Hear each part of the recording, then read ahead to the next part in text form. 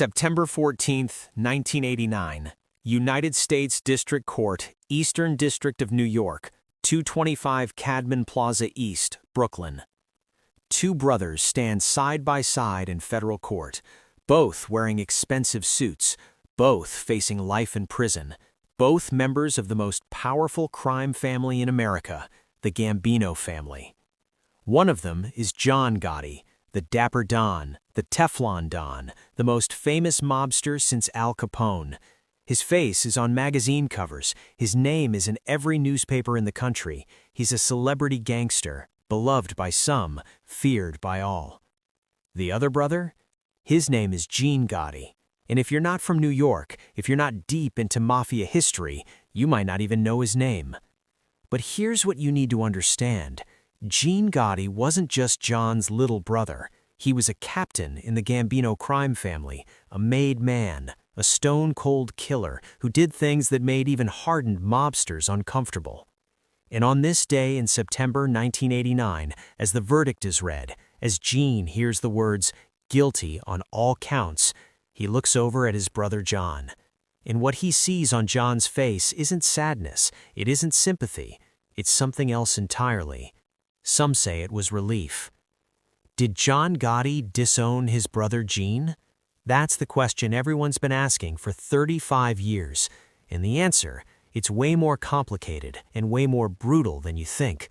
Because this isn't just a story about two brothers. It's a story about what happens when family loyalty collides with mafia politics. It's about the difference between blood family and crime family. And it's about a man who lived in the shadow of the most famous gangster in America and paid a price that John himself never had to pay. Gene Gotti spent 29 years in federal prison.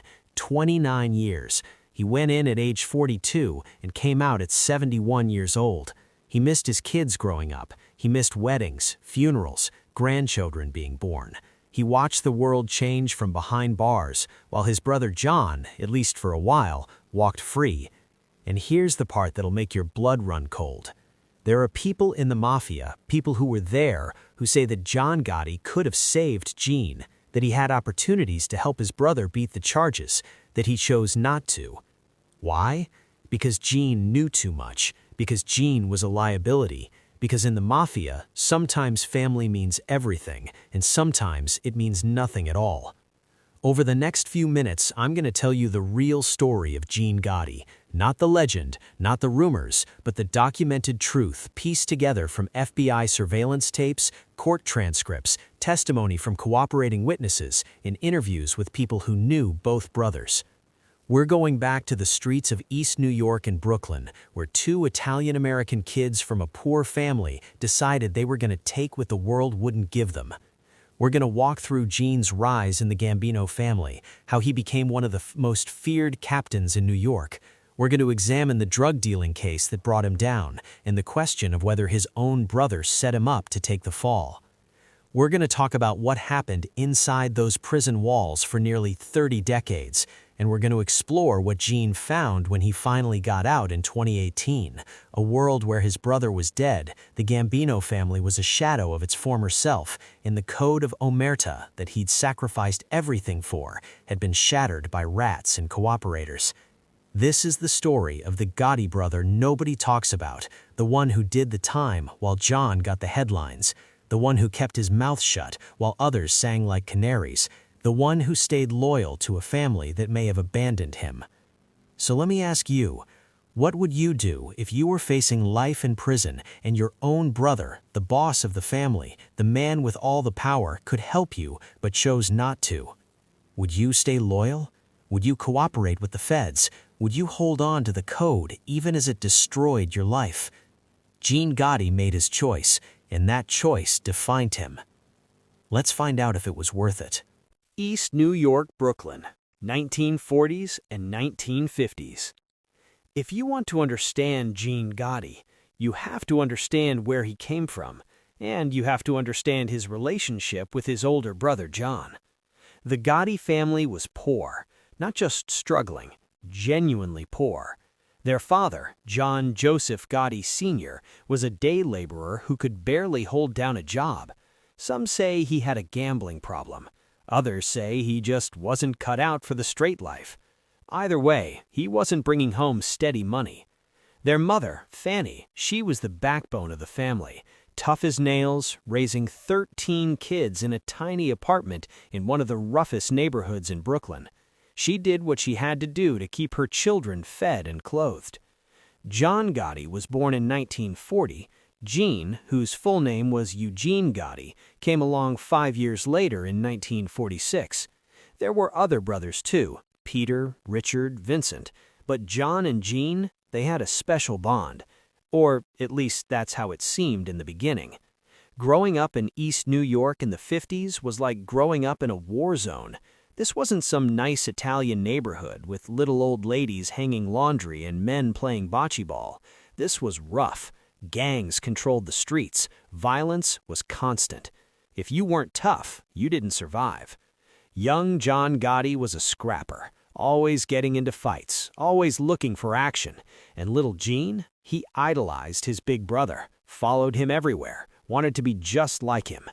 John was charismatic even as a kid.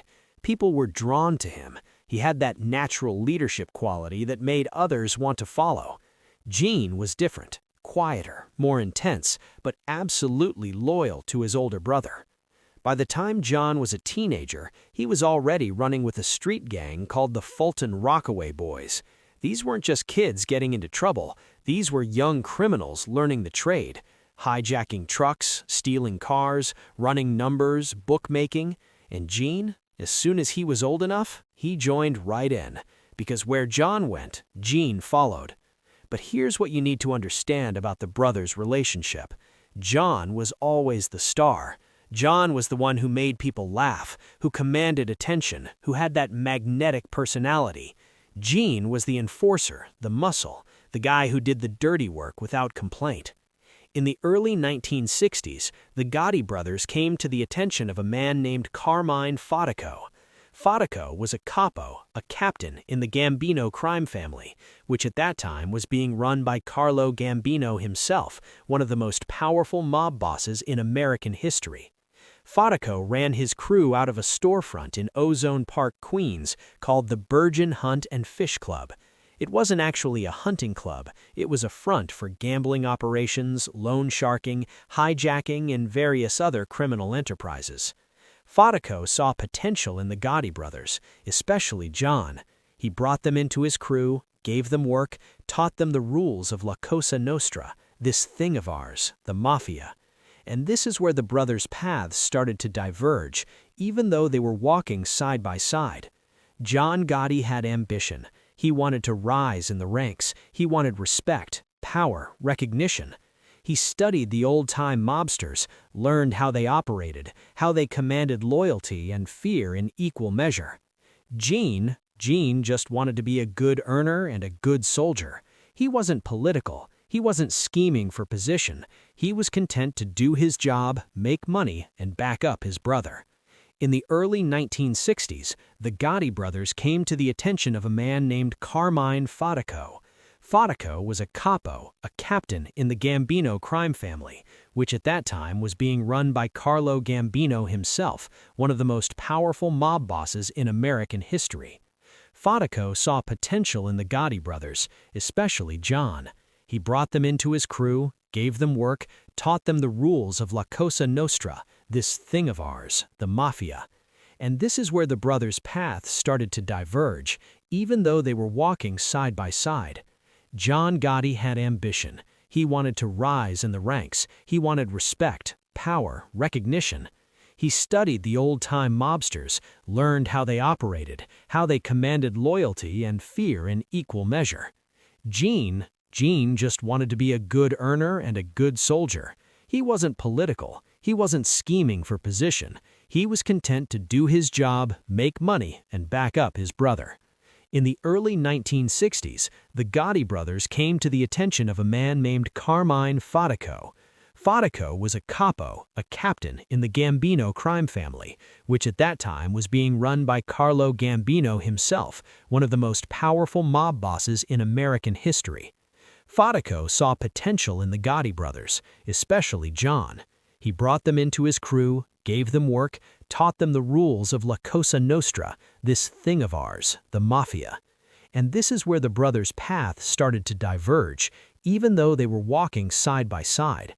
John Gotti had ambition. He wanted to rise in the ranks. He wanted respect, power, recognition. He studied the old-time mobsters, learned how they operated, how they commanded loyalty and fear in equal measure. Gene just wanted to be a good earner and a good soldier. He wasn't political. He wasn't scheming for position. He was content to do his job, make money, and back up his brother. In the early 1960s, the Gotti brothers came to the attention of a man named Carmine Fatico. Fatico was a capo, a captain in the Gambino crime family, which at that time was being run by Carlo Gambino himself, one of the most powerful mob bosses in American history. Fatico saw potential in the Gotti brothers, especially John. He brought them into his crew, gave them work, taught them the rules of La Cosa Nostra, this thing of ours, the Mafia. And this is where the brothers' paths started to diverge, even though they were walking side by side. John Gotti had ambition. He wanted to rise in the ranks. He wanted respect, power, recognition. He studied the old-time mobsters, learned how they operated, how they commanded loyalty and fear in equal measure. Gene just wanted to be a good earner and a good soldier. He wasn't political. He wasn't scheming for position. He was content to do his job, make money, and back up his brother. In the early 1960s, the Gotti brothers came to the attention of a man named Carmine Fatico. Fatico was a capo, a captain in the Gambino crime family, which at that time was being run by Carlo Gambino himself, one of the most powerful mob bosses in American history. Fatico saw potential in the Gotti brothers, especially John. He brought them into his crew, gave them work, taught them the rules of La Cosa Nostra, this thing of ours, the Mafia. And this is where the brothers' paths started to diverge, even though they were walking side by side. John Gotti had ambition. He wanted to rise in the ranks. He wanted respect, power, recognition.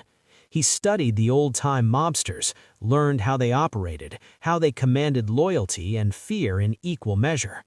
Gene just wanted to be a good earner and a good soldier. He wasn't political. He wasn't scheming for position. He was content to do his job, make money, and back up his brother. In the early 1960s, the Gotti brothers came to the attention of a man named Carmine Fatico. Fatico was a capo, a captain in the Gambino crime family, which at that time was being run by Carlo Gambino himself, one of the most powerful mob bosses in American history. Fatico saw potential in the Gotti brothers, especially John. He brought them into his crew, gave them work, taught them the rules of La Cosa Nostra, this thing of ours, the Mafia. And this is where the brothers' paths started to diverge, even though they were walking side by side. John Gotti had ambition. He wanted to rise in the ranks. He wanted respect, power, recognition. He studied the old-time mobsters, learned how they operated, how they commanded loyalty and fear in equal measure. Gene just wanted to be a good earner and a good soldier. He wasn't political. He wasn't scheming for position. He was content to do his job, make money, and back up his brother. In the early 1960s, the Gotti brothers came to the attention of a man named Carmine Fatico. Fatico was a capo, a captain in the Gambino crime family, which at that time was being run by Carlo Gambino himself, one of the most powerful mob bosses in American history. Fatico saw potential in the Gotti brothers, especially John. He brought them into his crew, gave them work, taught them the rules of La Cosa Nostra, this thing of ours, the Mafia. And this is where the brothers' paths started to diverge, even though they were walking side by side. John Gotti had ambition. He wanted to rise in the ranks. He wanted respect, power, recognition. He studied the old-time mobsters, learned how they operated, how they commanded loyalty and fear in equal measure. Gene just wanted to be a good earner and a good soldier. He wasn't political. He wasn't scheming for position. He was content to do his job, make money, and back up his brother. In the early 1960s, the Gotti brothers came to the attention of a man named Carmine Fatico. Fatico was a capo, a captain in the Gambino crime family, which at that time was being run by Carlo Gambino himself, one of the most powerful mob bosses in American history. Fatico saw potential in the Gotti brothers, especially John.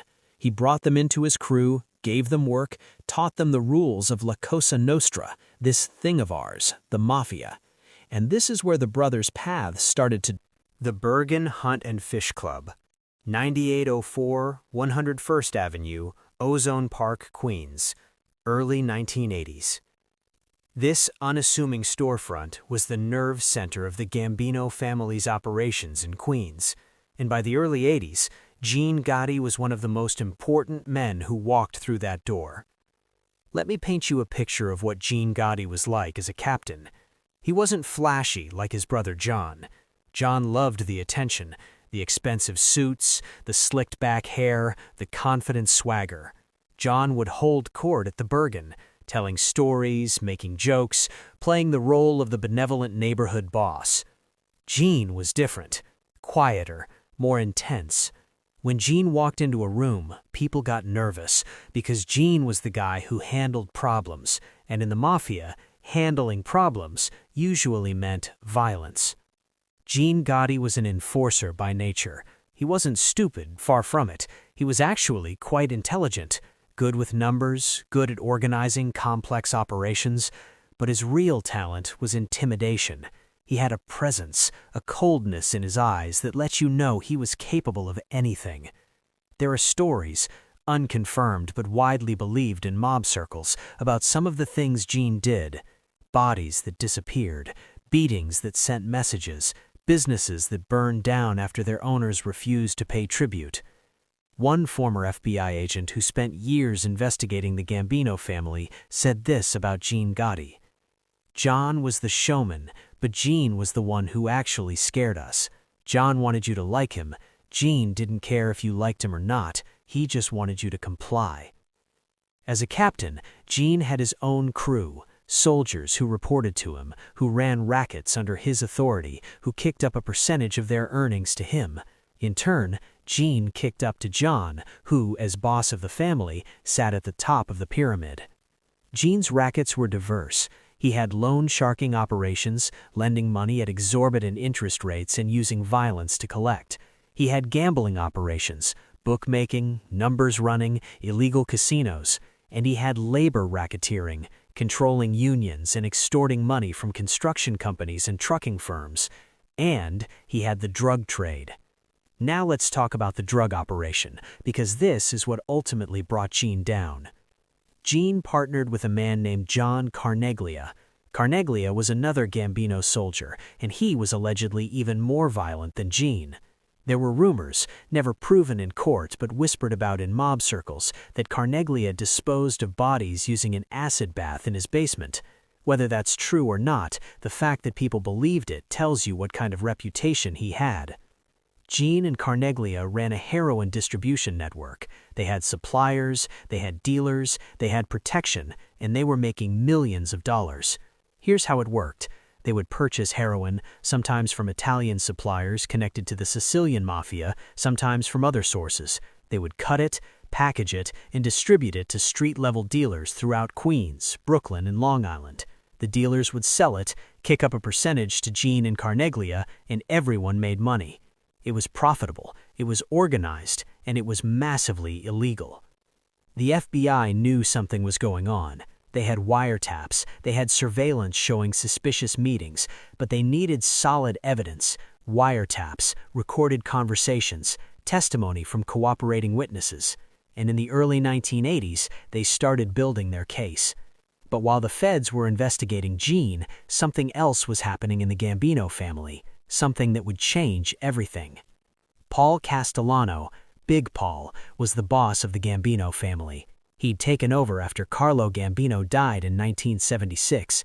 Castellano was old school, conservative, more interested in white-collar crime and construction rackets than street-level operations, and he didn't like the Gotti brothers.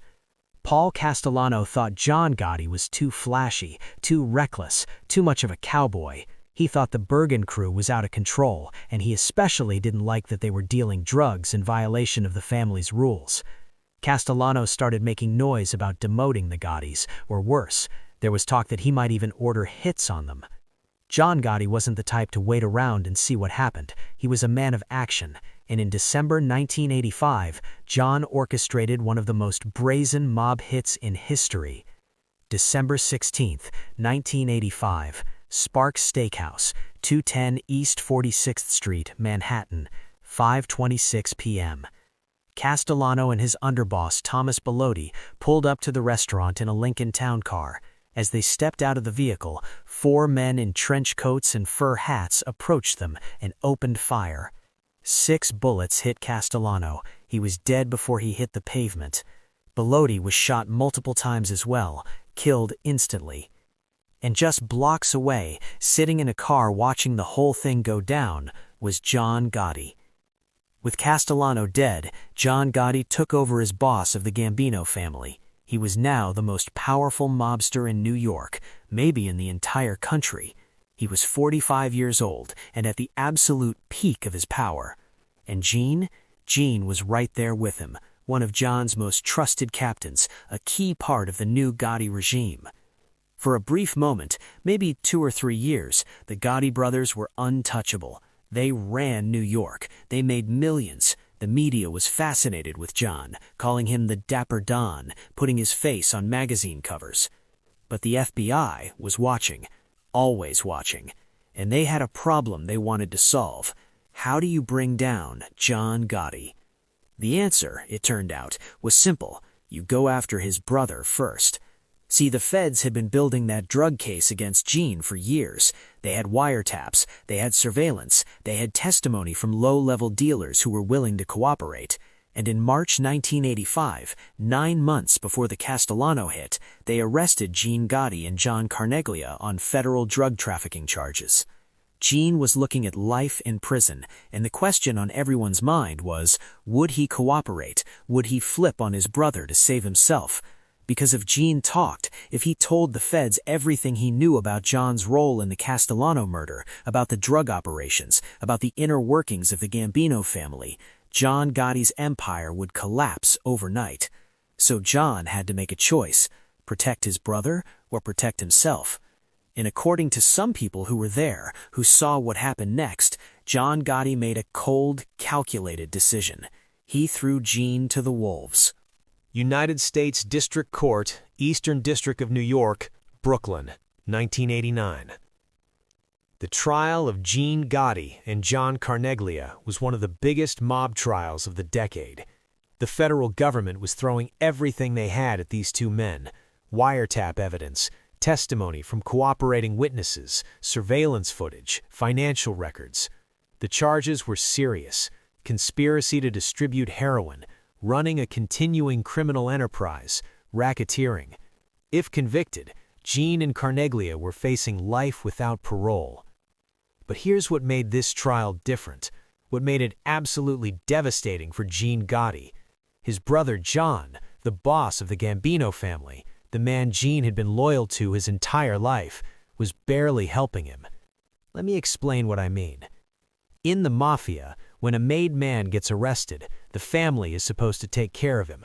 They pay for the best lawyers, they make sure the guy's family has money while he's locked up, they use their connections to pressure witnesses, to bribe jurors if possible, to do whatever it takes to beat the case.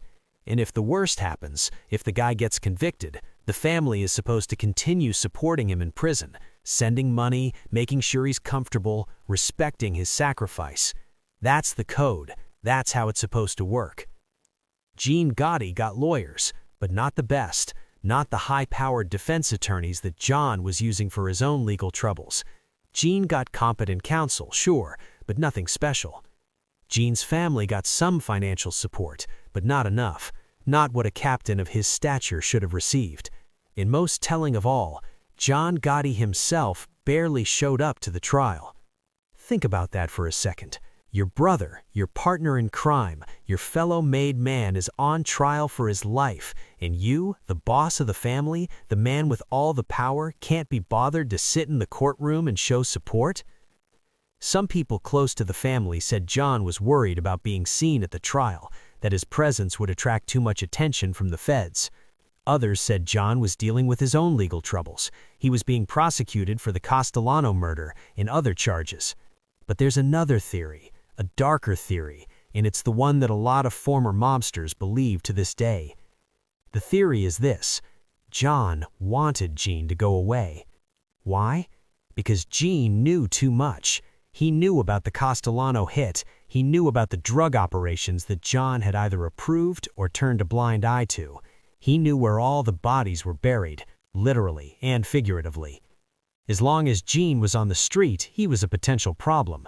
If Gene ever got arrested on something serious, if he ever faced real time, there was always the risk that he might cooperate, that he might flip, that he might take John down with him. But if Gene was convicted and sent away for life, then he'd be locked away forever, unable to cause problems. And if Gene stayed loyal and kept his mouth shut, John could claim it as proof that the Gotti family stood by their people. It was a win-win for John, except, of course, for Gene. The trial lasted months. The prosecution presented wiretap evidence of Gene and Carneglia discussing drug deals. They brought in cooperating witnesses who testified that they had bought heroin from Gene's organization. They showed financial records, proving that Gene was making far more money than his legitimate businesses could account for.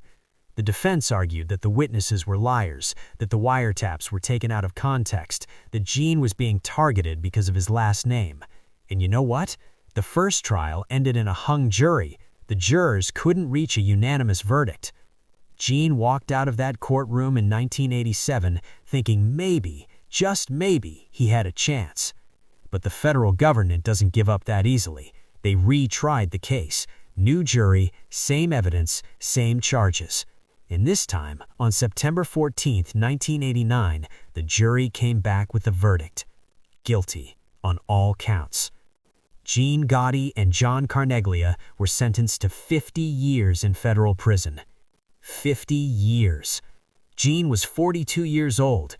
Even with good behavior, even with time served, he was looking at spending the next 3 decades behind bars. He'd be an old man when he got out, if he got out at all.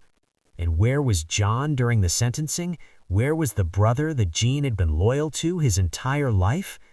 John Gotti was dealing with his own problems. He was fighting his own case, the one related to the Castellano murder. And remarkably, almost miraculously, John beat it. The jury acquitted him. John Gotti walked free. The Teflon Don strikes again. The media called it the trial of the century. And Gene? Gene was forgotten. He was yesterday's news, just another mobster going to prison. But here's the part that really stings, the part that makes you wonder about the bond between these brothers. After Gene was convicted, after he was sent to the federal penitentiary to begin his 50-year sentence, John Gotti, the boss of the Gambino family, the man with millions of dollars at his disposal, didn't do much to help Gene's family. Gene had a wife and kids. They needed support. In the Mafia, when a captain goes to prison, the family is supposed to take care of their loved ones. It's part of the code. But Gene's family struggled. There are accounts of his wife having to take jobs, of his kids not getting the kind of support that a captain's family should have received. And John? John was living large, expensive suits, fancy restaurants, making headlines. The dapper Don, beloved by some, feared by others, living like a king in Queens.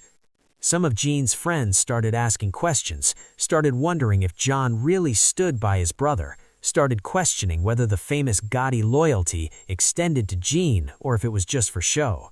And Gene, sitting in a prison cell in Lewisburg, Pennsylvania, he had a lot of time to think about these things. Did his brother betray him?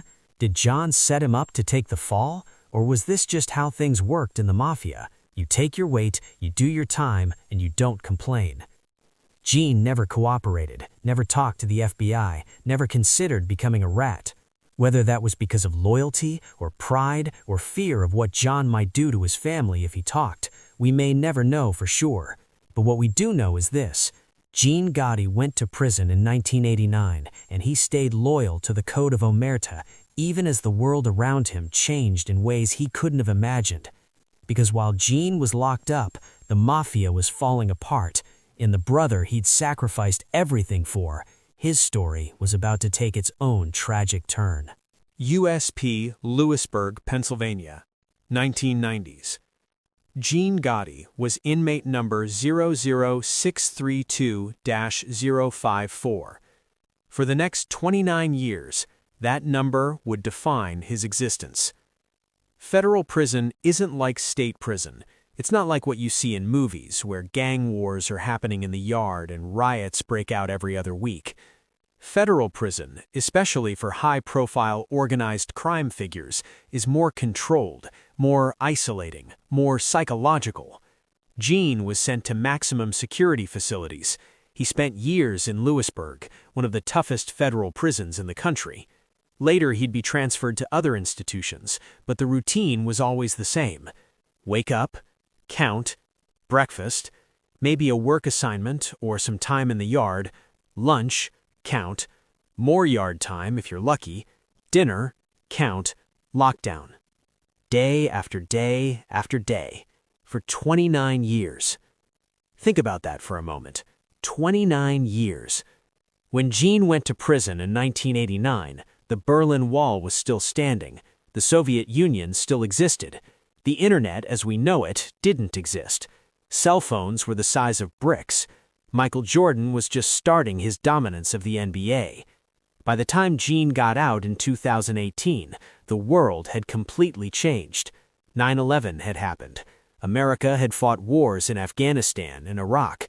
The first black president had served 2 terms. Smartphones, social media, streaming services, all of it had come into existence while Gene sat in a cell. But more importantly for Gene, the Mafia had changed. Fundamentally, irrevocably changed. And it all started with his brother. December 11th, 1990, just over a year after Gene was convicted. John Gotti was arrested again.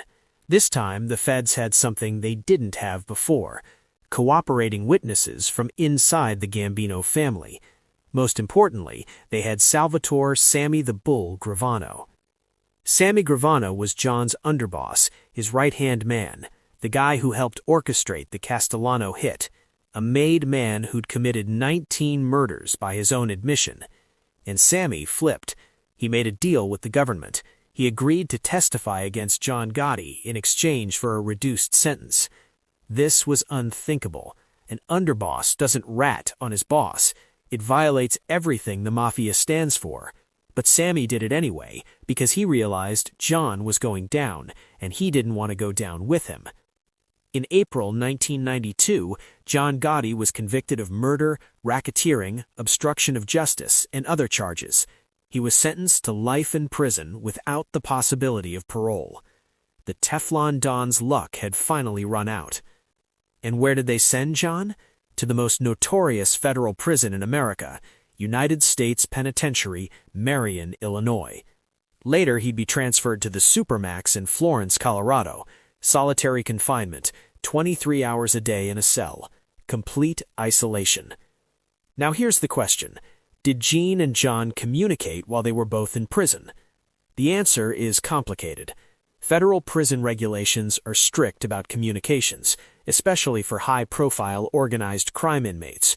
Phone calls are monitored, letters are read, visits are limited and supervised. But the Gotti brothers were resourceful. They found ways to communicate, through lawyers, through family members, through coded messages and letters that appeared innocuous but contained information. What did they say to each other? We don't know all of it. Some of their communications have been made public through court documents and testimony, but much remains private. What we do know is that Gene never blamed John publicly. He never accused his brother of abandoning him. He never cooperated with the government, even when prosecutors offered him deals that could have reduced his sentence. Why? Was it loyalty? Was it fear? Was it pride? Maybe it was all three. But while Gene sat in prison, maintaining his silence, maintaining his loyalty to the code, the Mafia world he knew was collapsing. After Sammy Gravano broke the dam, the floodgates opened. Dozens of made men started cooperating. Bosses, captains, soldiers, Guys who'd sworn the oath of omertà, who'd pledged to die rather than betray the family. They were lining up to make deals with the feds. The Gambino family, once the most powerful criminal organization in America, was decimated. Leadership was in chaos. The family's rackets were being dismantled. The mystique, the fear, the respect that had made the Mafia such a powerful force, it was evaporating. And Gene watched it all happen from prison. He watched as the code he lived by became meaningless. He watched as men he'd known and respected turned into rats.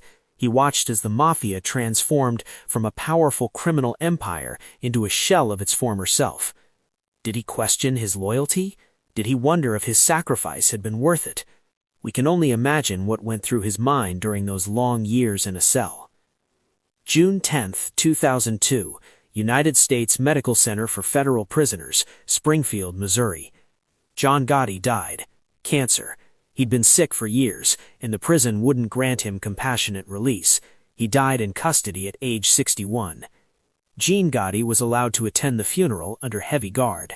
He wore shackles. He was surrounded by U.S. Marshals. He had limited time to pay his respects to his brother.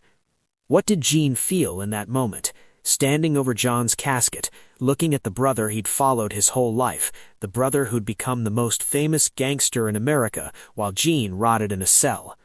Was it love? Was it resentment? Was it both? We don't know.